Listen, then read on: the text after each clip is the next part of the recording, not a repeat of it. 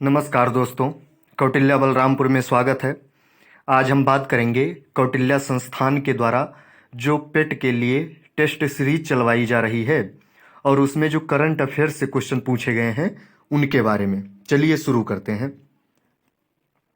पहला क्वेश्चन है, IISc बेंगलोर मतलब Indian institute of sciences Bangalore में राष्ट्रीय सुपर कंप्यूटिंग मिशन 2015 मतलब कि एक राष्ट्रीय सुपर कंप्यूटिंग मिशन है जो 2015 में चलाया गया था। किसके द्वारा? CDAC मतलब centre for development of advance computing, जिसका हेडक्वार्टर है पुणे। किसका? CDAC का हेडक्वार्टर है पुणे। तो CDAC के द्वारा चलाया गया था राष्ट्रीय सुपर कंप्यूटिंग मिशन। राष्ट्रीय सुपर कंप्यूटिंग मिशन के तहत हाल ही में किस सुपर कंप्यूटर को लगाया गया है? अब देखो, सुपर कंप्यूटर से कई क्वेश्चन बन सकते हैं जो करंट अफेयर से संबंधित है। पहला तो अगर वर्ल्ड लेवल पर देखा जाए तो पहला क्वेश्चन तो यही बन जाएगा कि जो 59th मतलब 59वां एडिशन जारी किया गया है टॉप 500 सुपर कंप्यूटर में, तो सबसे फास्ट सुपर कंप्यूटर किस देश का है? तो वो है यूएसए का। और उस सुपर कंप्यूटर का नाम है क्या है जो सबसे फास्ट है? उसका नाम है फ्रंटियर सुपर कंप्यूटर, जो कहाँ का है? यूएसए का है, जो सबसे तेज सुपर कंप्यूटर है इस वक्त दुनिया में। और दूसरे नंबर पर कहाँ का सुपर कंप्यूटर है? फुगाकू। और फुगाकू कहाँ का है? फुगाकू है जापान का सुपर कंप्यूटर, जो दूसरा सबसे तेज सुपर कंप्यूटर है पूरी दुनिया में।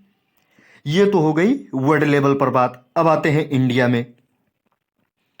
इंडिया में लगभग अक्टूबर से लेकर के और मार्च, अप्रैल, मई, जून के बीच में कई सुपर कंप्यूटर लगाए गए हैं अलग अलग जगह पर।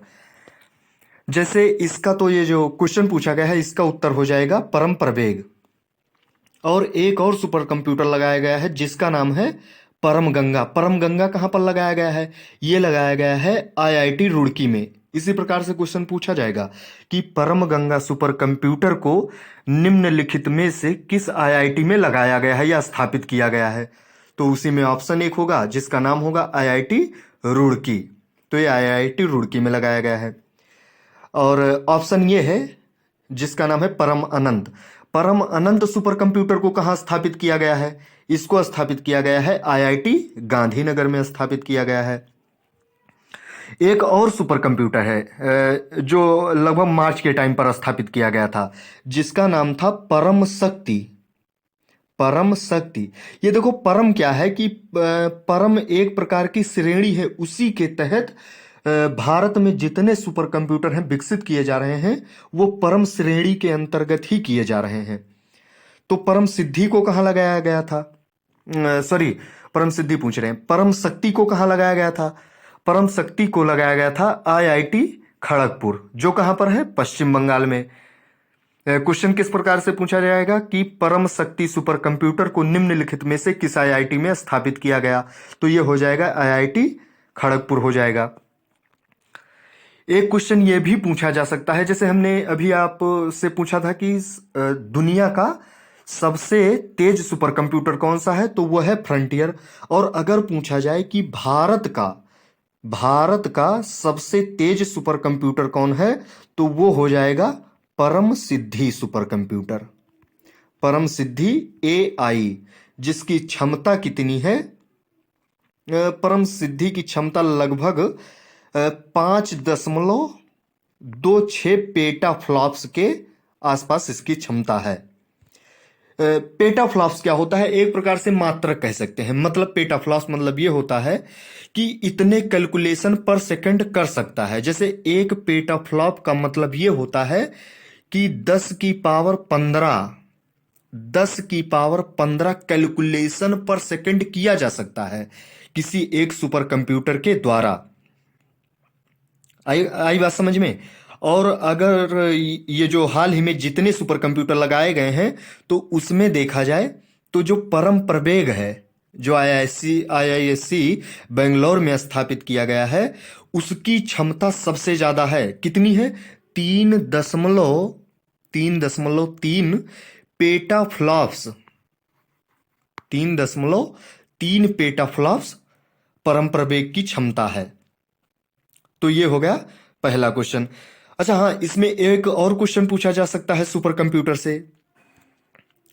फेसबुक, मतलब जिसका नाम परिवर्तित कर दिया गया मेटा, के मार्क जुगलबर्ग, वो भी एक सुपर कंप्यूटर बना रहे हैं जिसका नाम है super super cluster super super cluster super cluster, जो फेसबुक के द्वारा बनाया जा रहा है। ये हो गई बात सुपर कंप्यूटर से। अच्छा हाँ, एक क्वेश्चन और भी बन सकता है कि भारत का पहला सुपर कंप्यूटर कौन था? भारत का पहला सुपर कंप्यूटर कौन था? तो वो था परम 8000, मतलब परम 8000। परम 8000। चलिए अगले क्वेश्चन पर चलते हैं। भारत के बाहर किस देश में भारत के द्वारा पहला आईआईटी खोला गया है? इसके ऑप्शन है भूटान, बांग्लादेश, मालदीव, यूएई। कौन सही हो जाएगा? यूएई, मतलब भारत के द्वारा यूएई में पहला आईआईटी खोला गया है।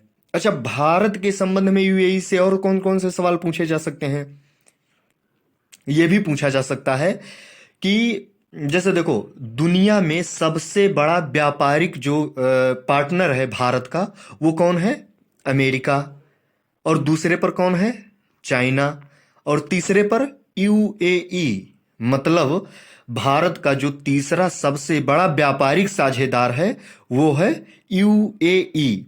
और देखो, व्यापारिक साझेदारी को और ज्यादा बढ़ावा देने के लिए, मतलब व्यापार को और बढ़ावा देने के लिए इंडिया ने क्या किया है कि यूएई के साथ एक फ्री ट्रेड एग्रीमेंट पर समझौता किया है, जिसका नाम क्या है?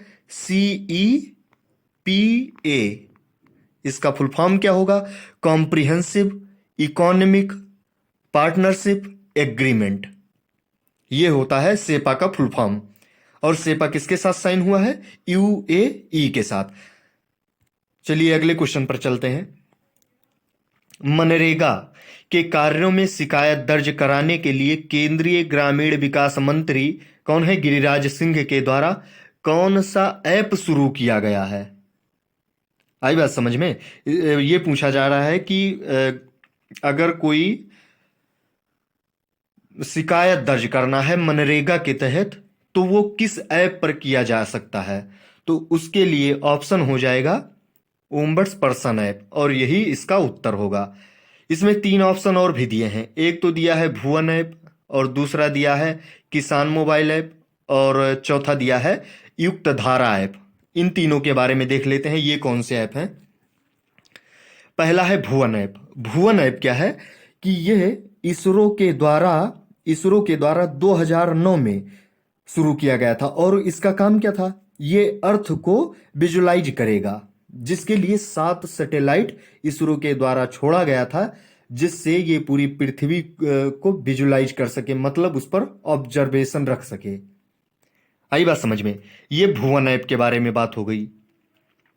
और जो भुवन ऐप है, भुवन ऐप के सहायता से ही युक्त धारा ऐप को चालू किया गया था। और जो युक्त धारा ऐप है, इसको भी केंद्रीय ग्रामीण विकास मंत्रालय के द्वारा इसको भी शुरू किया गया था। किसको? युक्त धारा ऐप को। अब बचता है कौन? किसान मोबाइल ऐप। किसान मोबाइल ऐप ये क्या है? किसान मोबाइल ऐप को आईआईटी रुड़की के द्वारा मौसम संबंधी जानकारी देने के लिए शुरू किया गया था। और युक्त धारा ऐप है, इसको किस लिए? मनरेगा के कार्यों पर निगरानी रखने के लिए शुरू किया गया था युक्त धारा ऐप। आई बात समझ में? तो ये चारों ऐप हो गए।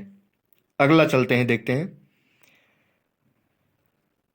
अगला क्वेश्चन है, भारतीय नौसेना को P-8I समुद्री गश्त विमान, मतलब जो समुद्री मतलब तटीय क्षेत्र हैं और उसकी जो पेट्रोलिंग की जाती है, मतलब गश्त की जाती है, निगरानी की जाती है,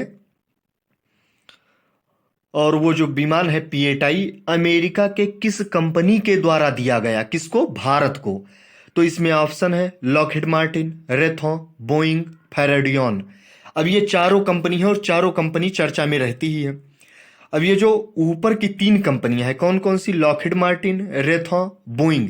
ये जो टॉप 3 कंपनी है, कहाँ की है ये तीनों की तीनों अमेरिका की कंपनी है। मतलब जितना भी हथियार का निर्यात किया जाता है पूरी दुनिया में, वो सिर्फ यही 3 कंपनियां कर देती हैं। और 20% से ज्यादा, 20 क्या कह सकते हैं, लगभग 35% से ज्यादा हथियारों का निर्यात यही इन्हीं 3 कंपनियों के द्वारा किया जाता है। अब ये जो सवाल है, इसका उत्तर तो हो जाएगा बोइंग। बोइंग कंपनी के द्वारा पोसाइडन 8 को, पी मतलब होता है पोसाइडन, तो P-8I को दिया गया है भारत को, भारतीय नौसेना को। अब इसमें एक ऑप्शन है फैराडियन। ये फैराडियन क्या है?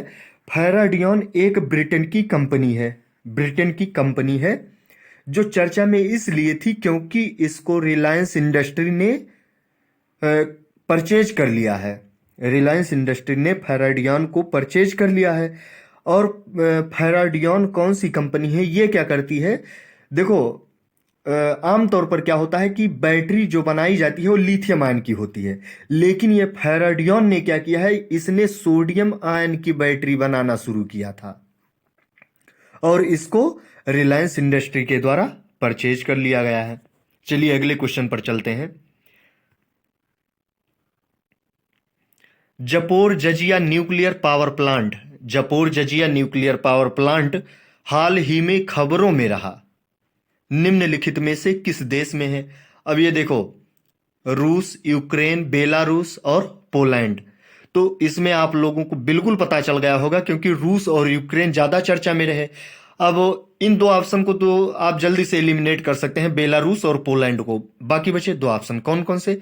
एक है रूस और एक है यूक्रेन। तो अब ये बताना है कि जपोरजजिया जो न्यूक्लियर पावर प्लांट है उसको क्षतिग्रस्त कर दिया गया है। और क्षतिग्रस्त जब ये किया गया है तो जाहिर सी बात है, देखो, जब ये रूस यूक्रेन का युद्ध शुरू हुआ था तो उसमें पहले जो लीड लिया था वो रूस ने लिया था। अब क्या हो रहा है कि लगभग बराबर टक्कर दे रहा है यूक्रेन। तो शुरू के टाइम पर रूस ने जपोरजजिया न्यूक्लियर पावर प्लांट को क्षतिग्रस्त किया था और ये कहां पर है? यूक्रेन में है। तो इसका उत्तर हो जाएगा यूक्रेन। अच्छा, रूस यूक्रेन से और भी सवाल पूछे जा सकते हैं। देखो, UNHRC मतलब मानवाधिकार जो परिषद है यूनाइटेड नेशन का, वहां पर क्या हुआ है कि रूस को मानवाधिकार परिषद से बाहर कर दिया गया। अब जब मानवाधिकार परिषद से रूस को बाहर कर दिया गया है तो एक दूसरे देश को रूस के स्थान पर लाया गया है। उसका नाम क्या है? उसका नाम है चेक रिपब्लिक। चेक रिपब्लिक को UNHRC में नया दर्जा दिया गया है। किसके स्थान पर? रूस के स्थान पर दिया गया है। यह भी रूस से सवाल पूछा जा सकता है। अगला क्वेश्चन क्या है? एक पुस्तक के बारे में है, not just a night watchman. पुस्तक के लेखक कौन है? लेखक कौन कौन से हैं? अनिरुद्ध सूरी, मीना नैयर, के राजू, विनोद राय। अब ये 4 लेखक हैं। इन 4 लेखकों में से इसका सही जवाब जो होगा वो कौन है?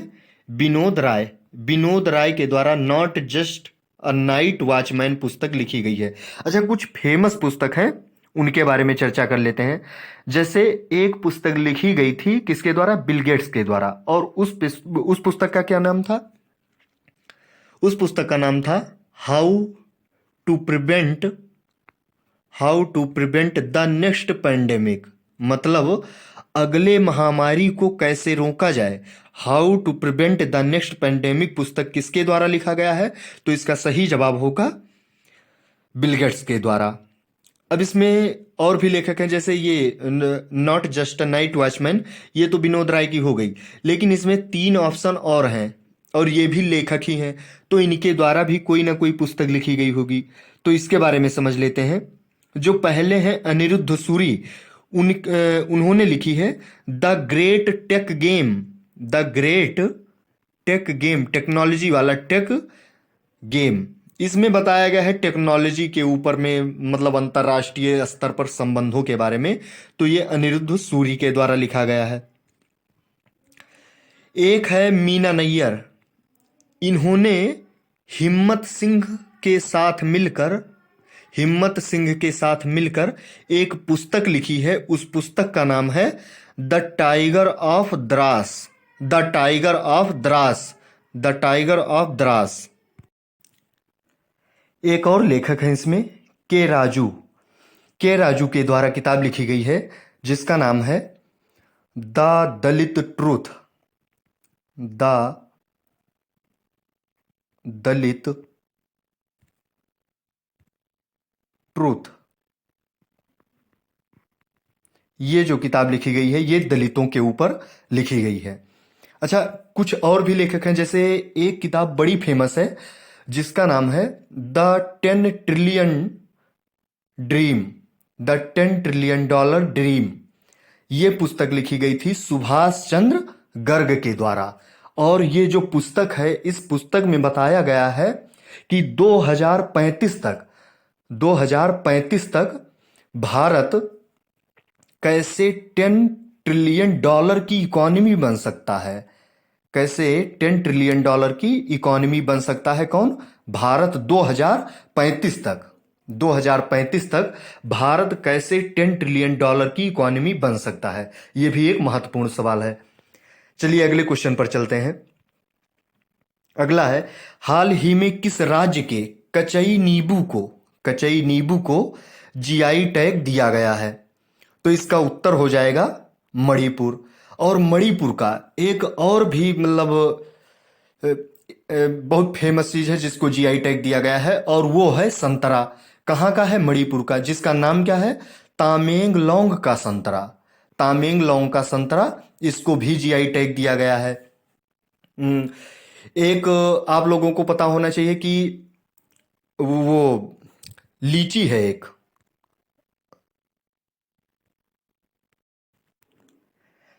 जो असम की है, तेजपुर की लीची जो असम की है, उसको भी जीआई टैग दिया गया है।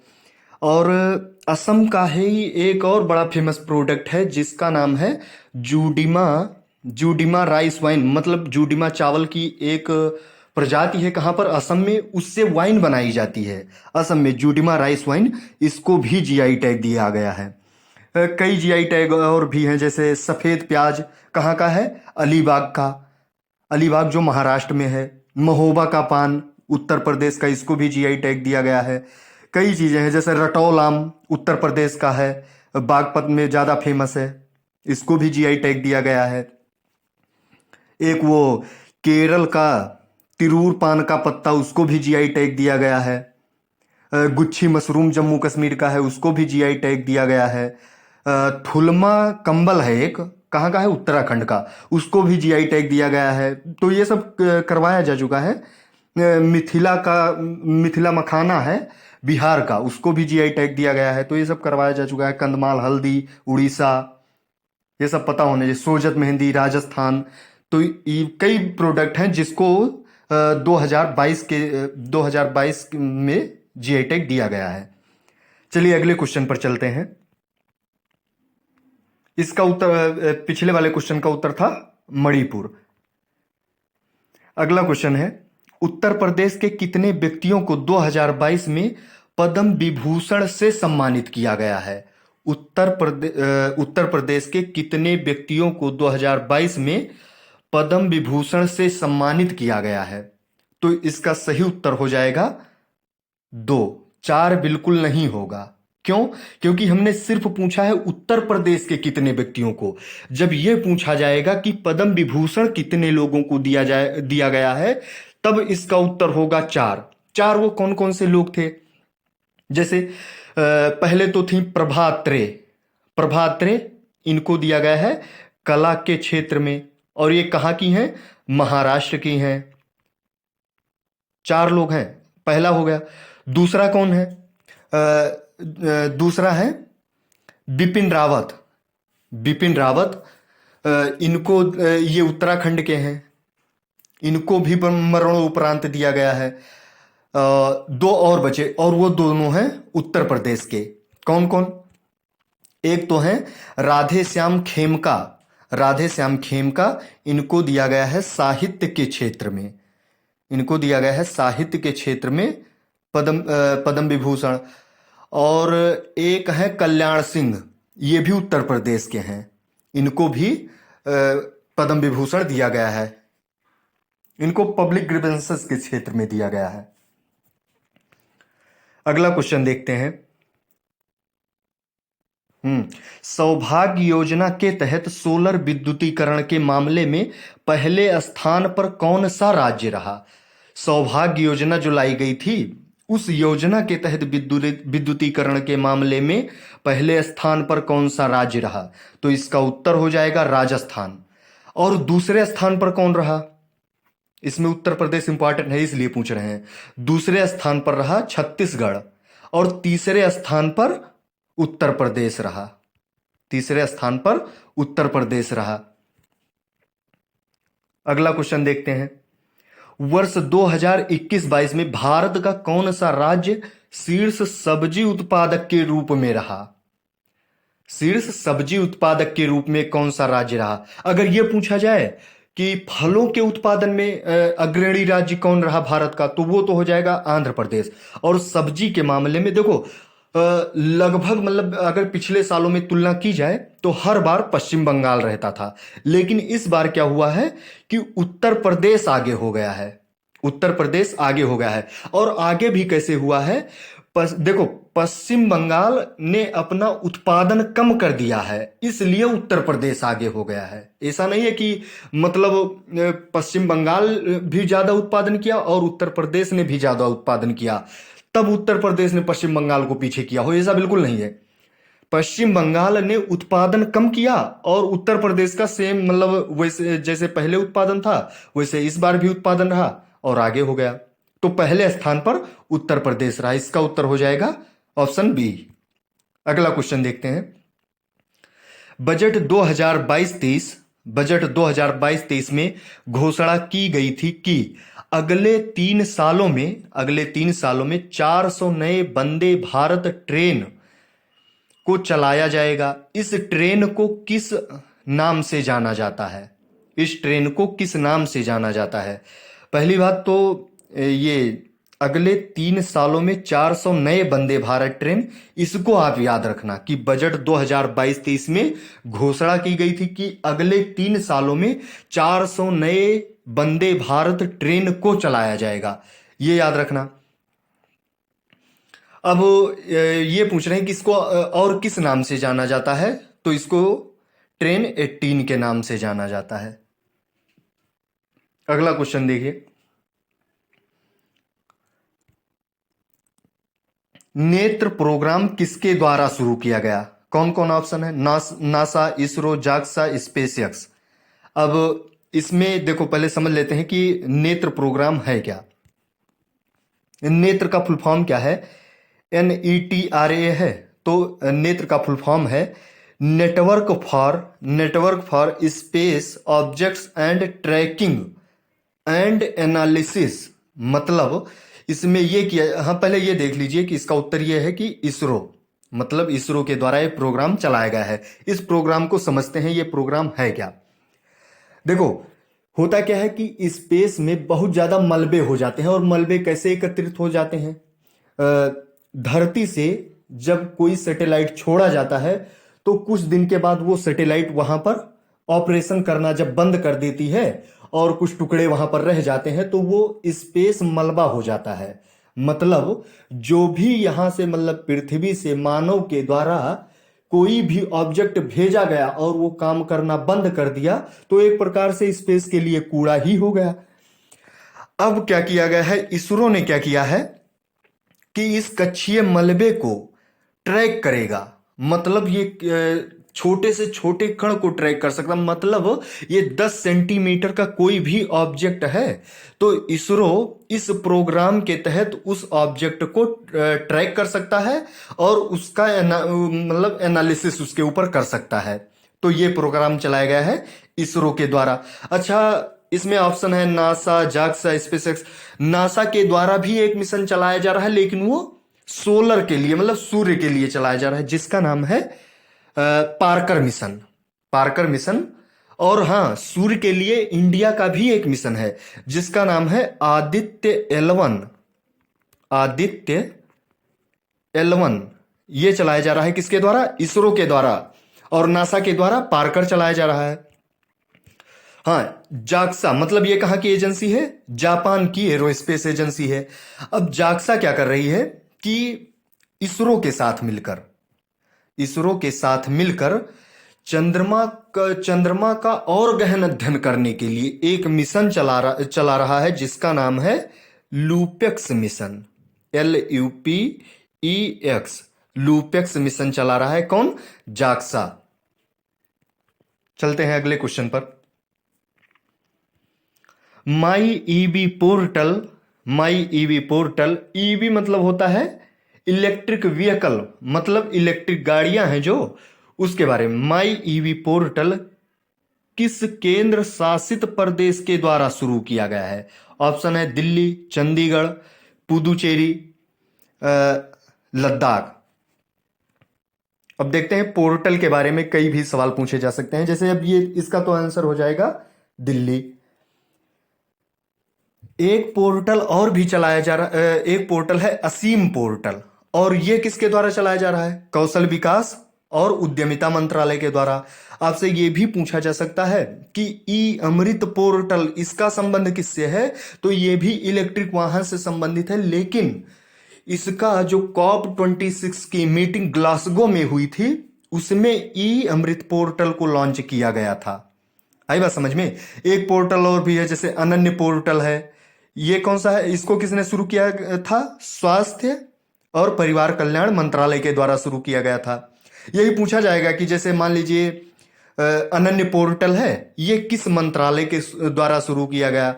या असीम पोर्टल है, यह किस मंत्रालय के द्वारा शुरू किया गया? जैसे एक है सेहत OPD पोर्टल, ये रक्षा मंत्रालय के द्वारा शुरू किया गया। तो अलग अलग पोर्टल से सवाल पूछे जाते हैं। अगला क्वेश्चन देखते हैं। धरती के संसाधन को सतत प्रयोग में लाने के लिए माझी वसुंधरा नामक अभियान महाराष्ट्र सरकार ने किसके साथ मिलकर चलाया है? मतलब किस इंस्टीट्यूट के साथ मिलकर महाराष्ट्र माझी वसुंधरा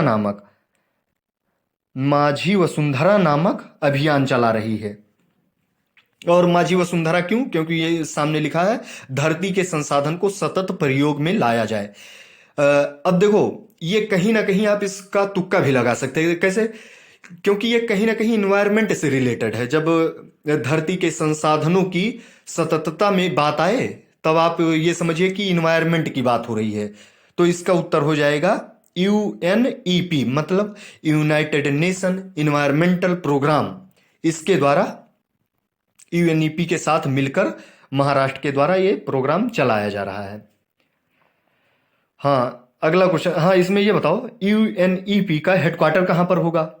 UNEP का हेडक्वार्टर कहां पर होगा? और साथ में UNDP का हेडक्वार्टर कहां पर होगा? जिसका फुल फॉर्म है यूनाइटेड नेशन डेवलपमेंट प्रोग्राम। चलिए अगला क्वेश्चन देखते हैं। फवाद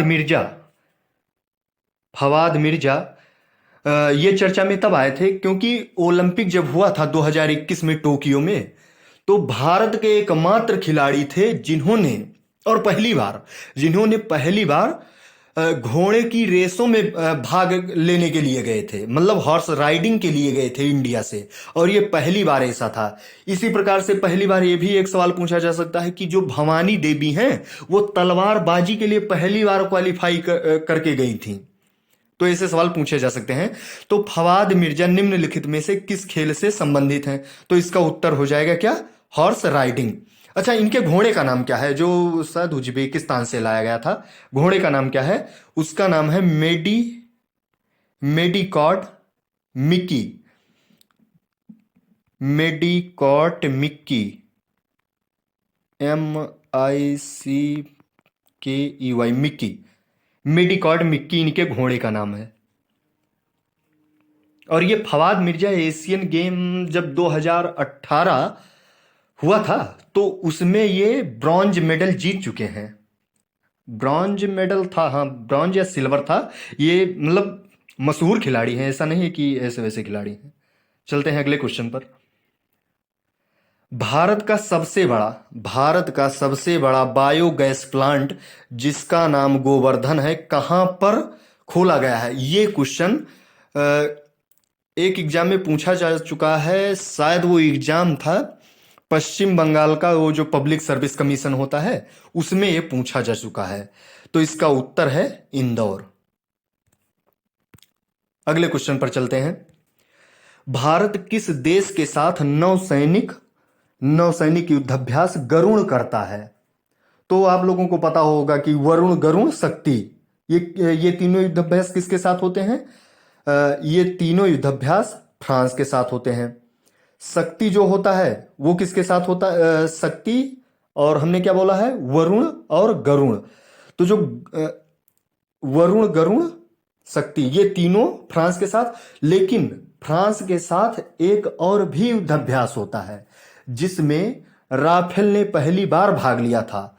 उस युद्धाभ्यास का और वहां वो 2021 में हुआ था, जोधपुर में हुआ था। तो उस युद्धाभ्यास का नाम आप लोगों को कमेंट करना है। चलिए अगले क्वेश्चन पर चलते हैं। रूस के साथ तो आप लोगों को पता ही होगा कि कौन सा युद्धाभ्यास होता है। जैसे एविया इंद्रा हो गया। देखो, इंद्र युद्धाभ्यास होता है और उसी में अगर AVI, मतलब एविएशन वाला, एयरफोर्स के लिए हो गया। इंदिरा नेवी, ये किसके लिए होगा? नेवी के लिए। ये हो गया रूस के साथ। एक युद्धाभ्यास होता है क्वाड देशों का और उसमें ऑस्ट्रेलिया भाग लेता है। लेकिन ऑस्ट्रेलिया के साथ कौन सा युद्धाभ्यास होता है ये आप लोगों को कमेंट करना है। और श्रीलंका के साथ कौन सा युद्धाभ्यास होता है ये तो सबको पता होगा। एक तो सिलिनेक्स है और दूसरा कौन सा युद्धाभ्यास है ये भी कमेंट करना है। चलिए आगे चलते हैं। लॉबी इंस्टीट्यूट के द्वारा जारी रैंकिंग में एशिया पावर इंडेक्स में भारत किस स्थान पर रहा? भारत किस स्थान पर रहा? तो इसका उत्तर हो जाएगा चौथे स्थान पर रहा। मतलब चौथे स्थान पर रहा। कितने देशों में? ये 26 देशों की रैंकिंग थी जिसमें भारत चौथे स्थान पर रहा। और पहले स्थान पर कौन रहा? पहले स्थान पर रहा USA। अब आप लोगों को इसमें यह देखकर लगता होगा कि एशिया पावर इंडेक्स है तो एशिया में तो अमेरिका है नहीं, तो वो पहले स्थान पर कैसे हो जाएगा? इसका मतलब यह है कि अगर मान लीजिए कभी भविष्य में एशिया में युद्ध होता है तो कौन मतलब उस युद्ध को जीतने में कामयाब होगा? तो वो होगा अमेरिका। पहले स्थान पर है। दूसरे स्थान पर कौन है? चाइना। दूसरे पर कौन है? चाइना। और तीसरे पर कौन है? जापान। तीसरे पर जापान, चौथे पर भारत। तो रूस किस स्थान पर है? रूस की भी सेना तो मजबूत है, तो रूस है 5वें स्थान पर और 6वें स्थान पर ऑस्ट्रेलिया है। आई बात समझ में? अगला क्वेश्चन देखते हैं। WHO के द्वारा विश्व तंबाकू निषेध दिवस, WHO के द्वारा विश्व तंबाकू निषेध दिवस पुरस्कार 2022 के लिए किस राज्य का चयन किया गया है? एक पुरस्कार दिया जाता है, मतलब तंबाकू को रोकने के लिए किस राज्य ने बेहतर प्रयास किया है? तो इसका उत्तर हो जाएगा झारखंड। और यह पुरस्कार किसके द्वारा दिया जाता है? WHO के द्वारा। वर्ल्ड नो टोबैको डे, मतलब विश्व तंबाकू निषेध दिवस किस दिन मनाया जाता है? 31 मई को मनाया जाता है। अच्छा, इस बार जो 31 मई को मनाया गया 2022 में, इसकी थीम क्या थी? तो इसकी थीम थी protect the environment, protect the environment इसकी थीम थी। अगले क्वेश्चन पर चलते हैं। आईबी का नया प्रमुख किसे बनाया गया है? आईबी का नया प्रमुख किसे बनाया गया है? तो इसका उत्तर हो जाएगा क्या? तपन कुमार डेका। तपन कुमार डेका। लेकिन ये जो दिनकर गुप्ता, सामंत कुमार गोयल, के बी कामत, ये सब और जो दिए हुए हैं ये भी महत्वपूर्ण हैं। तो जैसे पहला है दिनकर गुप्ता। दिनकर गुप्ता को क्या बनाया गया है? इनको बनाया गया है एनआईए, मतलब नेशनल इन्वेस्टिगेटिव एजेंसी, एनआईए का महानिदेशक बनाया गया है दिनकर गुप्ता को। एक है इसमें ऑप्शन सामंत कुमार गोयल। सामंत कुमार गोयल, तो सामंत कुमार गोयल को क्या बनाया गया है? सामंत कुमार गोयल को रा का प्रमुख, मतलब इनका कार्यकाल बढ़ा दिया गया है सामंत कुमार गोयल का, क्योंकि यही पहले थे। और अगला है के बी कामत। के बी कामत, के बी कामत को क्या बनाया गया है? के बी कामत एक संस्थान बनाया गया है जिसका नाम है नैब फीड। नैब, FID, नैब फीड एक संस्थान बनाया गया है। तो नैब फीड का जो प्रमुख है वो कौन है? के बी कामत। अच्छा, ये नैब फीड क्या है? इसका मतलब होता है national banking, national banking for financing infrastructure development, मतलब जो इंफ्रास्ट्रक्चर के विकास के लिए जो लोन दिया जाएगा वो इस संस्थान के द्वारा दिया जाएगा। जैसे देखो, सूक्ष्म और मध्यम उद्योग के लिए कौन सा संस्थान लोन देता है? सिडबी। उसी प्रकार से नाबार्ड किसके लिए लोन देता है? कृषि के लिए। तो उसी प्रकार से एक और संस्थान बना दिया गया है जो सिर्फ इंफ्रास्ट्रक्चर के लिए, इंफ्रास्ट्रक्चर के बढ़ावा देने के लिए पूरा काम करेगा, जिसका नाम होगा नैबफीड। आई बात समझ में? अगले क्वेश्चन पर चलते हैं। अगला क्वेश्चन है, नागरिक उड्डयन पर एशिया का सबसे बड़ा आयोजन। नागरिक उड्डयन पर एशिया का सबसे बड़ा आयोजन विंग्स इंडिया 2022 का आयोजन कहां पर हुआ? तो बस इसमें यही याद कर लेना कि ये हैदराबाद में हुआ। अगले क्वेश्चन पर चलते हैं। भारत का पहला कृत्रिम बुद्धिमत्ता और रोबोटिक्स तकनीक पार्क, मतलब आर्ट पार्क, अंग्रेजी में यही लिखा रहता है आर्ट पार्क, जिसका मतलब होता है artificial intelligent robotics technology park. Artificial intelligence robotics technology park ये कहां पर खोला गया है? तो ये खोला गया है बेंगलोर में। बेंगलोर में और भी काम किए गए हैं जो मतलब इन सब क्षेत्रों में बढ़ावा देता है। जैसे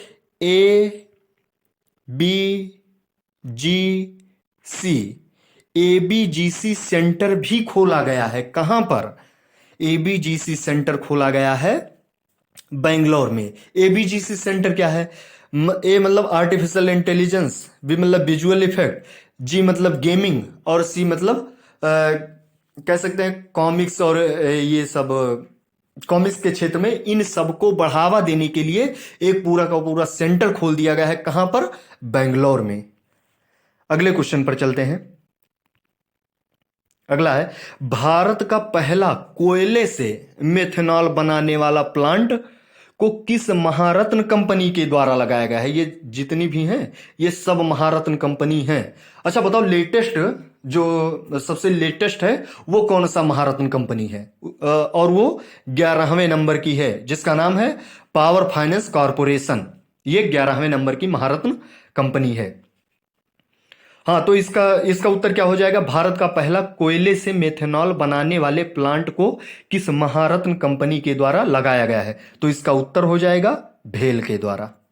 अगले क्वेश्चन पर चलते हैं। रूस की किंजल मिसाइल निम्न में से किस प्रकार की मिसाइल है? Supersonic, hypersonic, transonic, subsonic? देखो, होता क्या है कि 332 मीटर प्रति सेकंड को एक मैक के बराबर कहा जाता है। एक मैक के बराबर कहा जाता है। अगर किसी की स्पीड 332 मीटर पर सेकंड है तो वो एक मैक के बराबर है। और एक मैक से कम वाली स्पीड को क्या कहा जाएगा? सबसोनिक। आई बात में? ट्रांससोनिक एक मैक से ऊपर, और एक होता है हाइपरसोनिक और एक होता है सुपरसोनिक। मतलब 5 मैक से जिसकी स्पीड कम है वो हाइपरसोनिक हो जाएगी, और 5 मैक से किसी भी ऑब्जेक्ट का वेग 5 मैक से ऊपर होगा वो सुपरसोनिक होगा। तो ये जो किंजल रूस की मिसाइल है इसकी स्पीड कितनी है? इसकी स्पीड है 10 मैक के बराबर, और 10 मैक के बराबर है, इसका मतलब ये एक प्रकार की सुपरसोनिक मिसाइल है। आई बात समझ में? चलते हैं अगले क्वेश्चन पर। जलवायु परिवर्तन प्रदर्शन सूचकांक 2022 जो जर्मन वाच एक प्रकार की संस्था है उसके द्वारा जारी किया गया, इस सूचकांक में भारत किस स्थान पर रहा? इसमें देखो, पहले 3 स्थान पर तो कोई देश रहा ही नहीं। इसमें पहले 3 स्थानों पर कोई देश नहीं रहा, लेकिन जो पहला फिर उसके बाद में जैसे चौथा स्थान आया वो आया डेनमार्क का, तो डेनमार्क को ही पहला माना जाता है। अगर आपसे इसमें पूछा जाएगा कि पहले स्थान पर कौन रहा तो डेनमार्क रहा, लेकिन अगर उसी में एक दूसरा विकल्प ये भी दे दिया जाता है कि पहले 3 स्थानों पर कोई भी देश नहीं रहा तो वही विकल्प सही होगा। आई बात समझ में? और जो भारत का स्थान रहा वो कौन सा रहा? 10वां। अगला देखते हैं। जनवरी 2022 में नाटो के सदस्यों द्वारा नेपच्यून स्ट्राइक समुद्री युद्धाभ्यास कहां पर आयोजित किया गया? तो इसका उत्तर होगा भूमध्य सागर। जब ये रूस यूक्रेन का वार शुरू हुआ था उसी के टाइम की यह घटना है। अगले क्वेश्चन पर चलते हैं। हाल ही में असम के किस सर्वोच्च नागरिक सम्मान से रतन टाटा को सम्मानित किया गया है? अब होता क्या है कि असम का जो 3 सर्वोच्च नागरिक सम्मान है, पहला तो है असम वैभव, दूसरा है असम वैभव, और दूसरा है असम सौरव, और तीसरा है असम गौरव।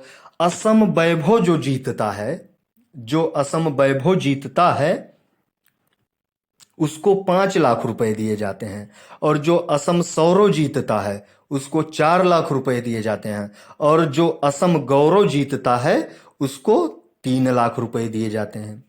तो इसमें से कौन सा उत्तर हो जाएगा? क्योंकि सर्वोच्च नागरिक सम्मान की बात की जा रही है तो वो होगा असम वैभव, और ये किसको दिया गया? रतन टाटा को। अगले क्वेश्चन पर चलते हैं। हाँ, हाल ही में भारत के किस टाइगर रिजर्व को T x2 पुरस्कार दिया गया? T x2 पुरस्कार होता क्या है कि अगर कोई टाइगर रिजर्व अपने वहां पर बाघों की संख्या को 2 गुना कर देता है तो उसको T x2 पुरस्कार दिया जाता है। तो इसमें एक ऑप्शन है, option number D, Sathyamangalam tiger reserve. कहाँ का है? तमिलनाडु का है, इसी को दिया गया। और पिछले साल किसको दिया गया था? दुधवा टाइगर रिजर्व, जो कहां पर है? उत्तर प्रदेश में। अगला क्वेश्चन देखते हैं। भारतीय महिला हॉकी टीम ने एशिया कप 2022 चीन को हराकर कांस्य पदक जीता है। इसका आयोजन कहां पर हुआ? तो इसी साल महिला और पुरुष दोनों का हुआ है। तो हम पहले बात करते हैं महिला हॉकी टीम की। अब इसका जो आयोजन हुआ था वो तो हुआ था ओमान में।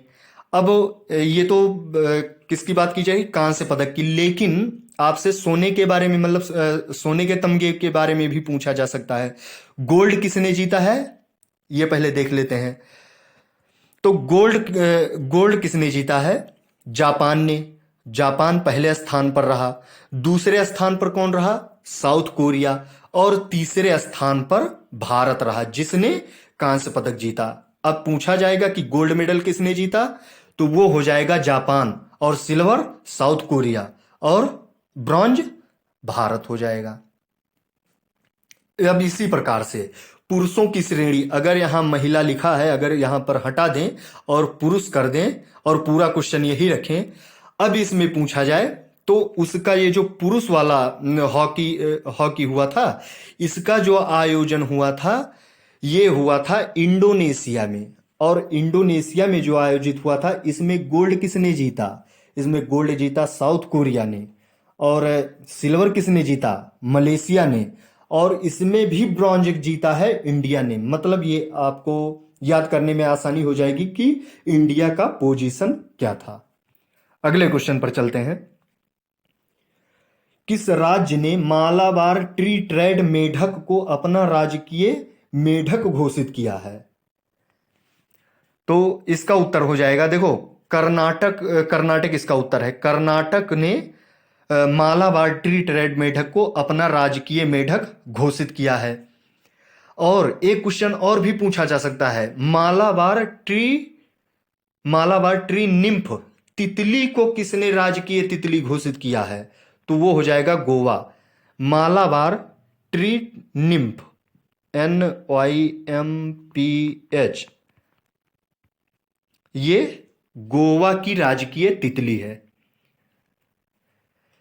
ये जितने भी पेट में क्वेश्चन पूछे गए थे, पेट के जो टेस्ट सीरीज थे कौटिल्य बलरामपुर में कराए गए थे, वो सब एक पूरे वीडियो में कवर करवा दिया गया है। Thank you class.